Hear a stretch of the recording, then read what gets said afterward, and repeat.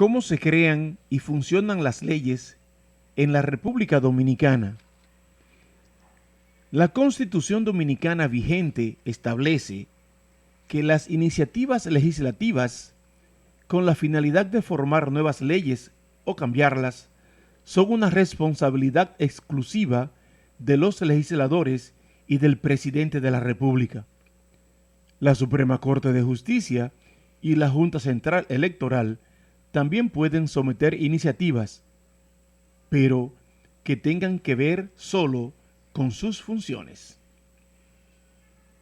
Los legisladores y el presidente son elegidos mediante elecciones democráticas, con el voto que los dominicanos residentes en el país y los dominicanos residentes en el exterior les dan al presidente y a los legisladores un poder para que ellos hagan o cambien las leyes en el nombre de todo el pueblo.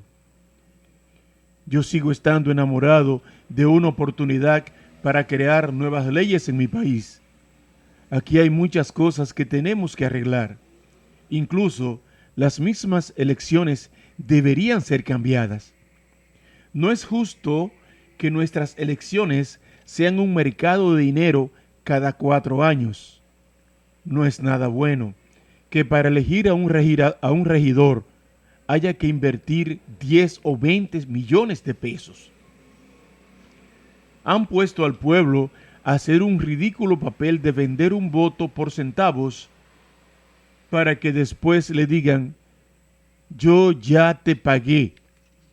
El pueblo recibe algún dinerito en el proceso electoral y vuelve a ver a su líder político en las próximas elecciones en los próximos 4 años. Esa actividad de comprar voluntades está terminantemente prohibida por ley. Pero la generalidad es violarla. El que hace una inversión millonaria para obtener un cargo que solo pagan miles de pesos mensuales, tiene que hacer actividades reñidas con la ley para después sacar el dinero que invirtió. Un regidor de una provincia puede ganar 30,000 pesos mensuales y estos no le alcanzan para satisfacer sus necesidades fundamentales. ¿Cómo podría sacar 10 millones que invirtió en las elecciones? En un país de democracia representativa como el nuestro, crear leyes es muy fácil. El proceso de hacer las leyes es muy simple. Tenemos 3 poderes: el poder ejecutivo, el poder legislativo y el poder judicial. El poder ejecutivo es ejercido por el presidente de la República. Este nombra a todos los ministros que formarán a su gobierno. Los ministros y el presidente forman el llamado gobierno centralizado. Luego está el gobierno descentralizado y autónomo, que son partes del gobierno, pero que su dependencia del Poder Ejecutivo es diferente. El Banco Central y la Universidad Autónoma de Santo Domingo, UAS, son ejemplos de descentralizadas y autónomas. En la descentralizada, el Poder Ejecutivo es quien designa al gobernador, por ejemplo, del Banco Central, y también designa a los vicegobernadores. Las otras autoridades las nombra entonces el mismo gobernador. El Poder Ejecutivo nombra también a los miembros de la Junta Monetaria, que es la cabeza rectora del Banco Central. La UAS, como es autónoma, tiene sus propios mecanismos de escoger a sus autoridades y de realizar sus funciones. El Poder Legislativo, compuesto por las cámaras de senadores y de diputados, es el que se encarga exclusivamente de crear las leyes. Luego está el Poder Judicial, que tiene su máxima jerarquía en la Suprema Corte de Justicia. Como dijimos, el Poder Ejecutivo puede crear leyes y o cambiarlas. El Poder Legislativo es el especialista en hacer las leyes y el Poder Judicial es el que se encarga de hacer que se ejecuten esas leyes. El diputado o el senador, usando los canales establecidos, pide un turno a la presidencia de la Cámara. Cuando le dan su turno, el legislador presenta y pondera su proyecto. Si logra motivar a sus colegas y obtiene el apoyo de la mayoría, entonces su iniciativa fue aprobada. El legislador experto hace cabildeos previos tratando de concientizar a sus colegas de la importancia de que le den un respaldo a su iniciativa y así lograr una victoria fácil. El proyecto pasaría a la otra cámara, es decir, un diputado que logró que se le aprobara su iniciativa busca inmediatamente el apoyo del senador de su provincia para que empuje su iniciativa. Puede hablar con otros senadores en forma de cabildear la aprobación de su iniciativa legislativa. Si el senador logró que se aprobara, entonces el proyecto viaja hacia el Poder Ejecutivo. Si el Poder Ejecutivo lo aprueba, entonces se convierte en ley que tiene que hacer cumplir los tribunales. Hace un par de años vimos con mucha admiración que un legislador sometió un proyecto para que se declarara un día festivo dedicado a los compadres y a las comadres. Le hicieron burla al pobre hombre, se rieron todos de él y él dejó caer su proyecto. Yo pensé y sigo pensando que era muy bueno ese proyecto. El haber escogido un día para festejar, juntarse con los compadres y hablar con los ahijados y ahijadas podría contribuir a extender los lazos de familiaridad que se están perdiendo entre los padres y los mismos hijos y la familia en este país. Tenemos un relajo tan fuerte que existen compadres que tumban a los compadres. El compadre era como un segundo papá que sus padres le escogían al niño. Antes, los hombres compadres se hacían saludos reverenciales sacándose el sombrero y los ahijados se arrodillaban pidiendo la bendición a sus padrinos. Todo eso se ha ido por la cuneta de lo arcaico en nuestro país. Los ignorantes que se burlaron del legislador muy bien intencionado, seguro que desconocen que en la Roma imperial se celebraba el Día del Cornudo. Ese día los esposos y las esposas tenían el día libre para amar a cuantos amantes puedan tener. Fue motivado porque un duque había matado a su familia porque encontró a su esposa con el hombre que llevaba la leche a la casa. Se creó entonces el Día del Cornudo para que no muera gente por asuntos de infidelidades. En la década del 2000 al 2010, quedaron huérfanos en la República Dominicana más de 7,000 niños y niñas, causado por la violencia intrafamiliar. Deberíamos crear el Día del Cornudo para que estos cornudos aprendan a ser cornudos y no anden dejando a sus hijos huérfanos y matando a las madres de sus hijos. Debería crearse también el Día de los Compadres, para que los padrinos adquieran la categoría de segundo padre o tutor responsable y que cuiden a los infantes que quedan sin padre en esta guerra no declarada que existe en la República Dominicana. Pero también existe en México, donde mueren 7 mujeres por día. Un proyecto que me hubiese gustado someter, al menos, el menos serio tal vez de lo que tenía en carpeta, es uno que dice así: considerando que el gobierno de los Estados Unidos tomó a Puerto Rico, a las Filipinas como sus nuevas colonias, y en ambas ha realizado millonarias inversiones para mejorar la vida de sus ciudadanos, y son países que tienen reconocido procesos de industrialización y de obras infraestructurales gracias al apoyo americano. Considerando que los Estados Unidos han realizado 2 intervenciones violentas en nuestro país, nos han ocupado y han impuesto a gobiernos corruptos que han matado a más de 100.000 dominicanas y dominicanos, considerando que España, la antigua dueña de nosotros, creó el sistema de agua potable y del sistema cloacal para la limpieza de las aguas servidas en lo que era la zona colonial de Santo Domingo, demostrando responsabilidad en el manejo de su colonia, considerando que los Estados Unidos nos han usado para extraer beneficios y no han realizado inversiones como en otras colonias, y mientras explotan nuestros recursos naturales como el oro para sus beneficios, usan nuestras reservas petroleras como sus propias reservas, considerando que el último crimen contra el país fue el de crear un tratado de libre comercio llamado DRCAFTA, que ese tratado solo procuraba destruir a la incipiente industria nacional y convertirnos en importadores netos de los productos americanos.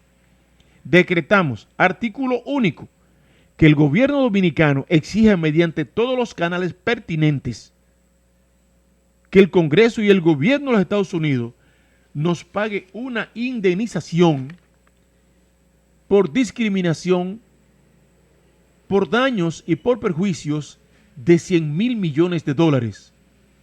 Tal vez nunca nos paguen, pero se crearía conciencia de responsabilidad con los casos del Día del Compadre, como los casos del Día del Compadre y del Cornudo.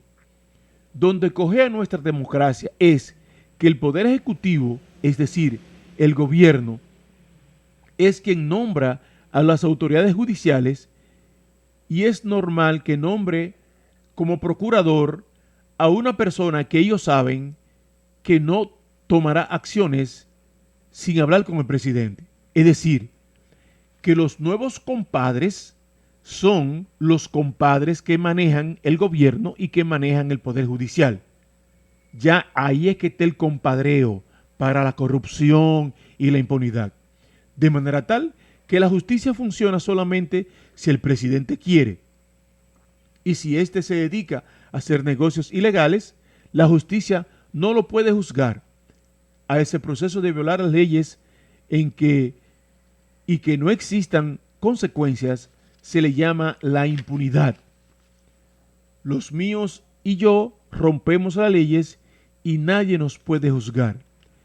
La ley dice que los funcionarios deben hacer sus declaraciones juradas del patrimonio para poder controlar con cuánto dinero entraste al gobierno y con cuánto tiene cuando saliste. El presidente dijo en campaña que cancelaría a los funcionarios que no cumplan con esa ley, y con 5 años gobernando, una enorme cantidad de ellos no han realizado esa declaración y nadie lo ha cancelado. Algunos expertos en derecho han calificado al Estado Dominicano como un Estado fallido. No es así. Es un Estado muy funcional y muy consciente del papel que está jugando.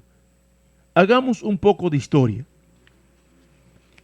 Napoleón Bonaparte nació en Córcega, una ciudad que pertenecía a Génova, España, la cual fue comprada por Francia. Por eso a Napoleón le llamaban el corso. Los corsos o corsarios eran grandes guerreros. Eran los tiempos de los filibusteros y bucaneros que atracaban a los barcos en alta mar. Todavía en nuestra Catedral Primada de América existe una estatua que le hace falta un brazo. Fue el señor Pen y Venable que se lo cortó con su espada y la mordió con sus dientes, buscando a ver si era oro. Los piratas eran ilegales. Simplemente ocupaban una ciudad y la saqueaban. Algunos de los piratas buscaron que algunos gobiernos les dieran un papel para realizar sus actividades legalmente. A ese documento se le llamó el Estado como patente de corso. El Estado como patente de corso era un documento que se compraba y se vendía. Es decir, que Inglaterra le entregaba a un pirata un documento para que atracara a los barcos en su nombre. En nuestro país, eso es lo que existe ahora. un estado de pirata, un estado de compadre, usado como patente de corso. Le da una licencia a unos extranjeros, por ejemplo, buscadores de fortuna, y ellos abren un banco que tanto el Estado como ellos saben que será quebrado. Estos banqueros ofrecen altas ganancias y los ahorristas llegan por cantidades buscando los beneficios. Luego, el banquero y los políticos se reparten los dineros y el banco se va a la quiebra. Los ahorristas se quedan haciendo filas, los banqueros salen huyendo y el gobierno promete rescatarlos. Otra forma de actuar es crear zonas de pobreza extrema. Usan las estadísticas para justificar pedir los préstamos para hacer obras. El dinero se lo reparten y no se realiza nada. Es el caso de la provincia de Azua, donde los políticos han articulado para que no se pueda establecer una extensión de la universidad estatal y mantienen una pobreza extrema a todos sus ciudadanos. Estas estadísticas son elaboradas por expertos y son llevados a las instituciones de financiamiento para pedirle préstamos. Es el caso del proyecto Azua 2, que en la provincia de Azua irrigaría más de 125,000 tareas de tierra y ayudaría a una enorme cantidad de familias que hoy pasan hambre. Pero Azua 2 ha sido aprobado y le han entregado los recursos 5 veces a los políticos y 5 veces lo han desaparecido y ni siquiera han construido 1 metro del canal. Tenemos entonces a un Estado como patente de corso para enriquecerse los compadres y los corsarios, los filibusteros, los bucaneros. Allí hay de todo. Estos bucaneros modernos desfalcan el erario público y no existen consecuencias. Nuestro país es un mar de leyes y ninguna se cumple. Mientras tanto, el pueblo con sus impuestos paga los intereses y las amortizaciones de los desfalcos de estas gentes. Desde enero se viene realizando un movimiento cívico nacional de protesta contra la corrupción y la impunidad llamada Marcha Verde. Las protestas públicas están pidiendo que el gobierno castigue a los corruptos o que el gobierno renuncie incluso si es que los delincuentes organizados ya le tumbaron el pulso. Los órganos represivos han tomado algunas medidas represivas contra algunos dirigentes, como es el caso de un dirigente comunitario de Moca, a quien le dieron tremenda golpiza y le plantaron una cantidad de droga.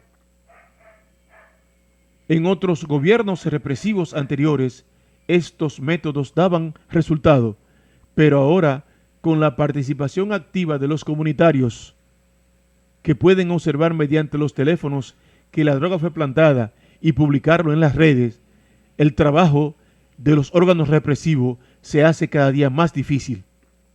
Es que las redes sociales están resultando ser un tremendo aliado de la verdad y no permiten las acciones represivas sin que el pueblo pueda captar en sus teléfonos y dar a conocer. La justicia, completamente desnuda, se vende igual que los votos electorales. El próximo 21 de mayo será la próxima Marcha Verde en Azua, en nuestra provincia. Esperamos que sea un acto cívico, monumental, democrático y civilizado, por un país democrático donde las leyes se respeten. Muchas gracias.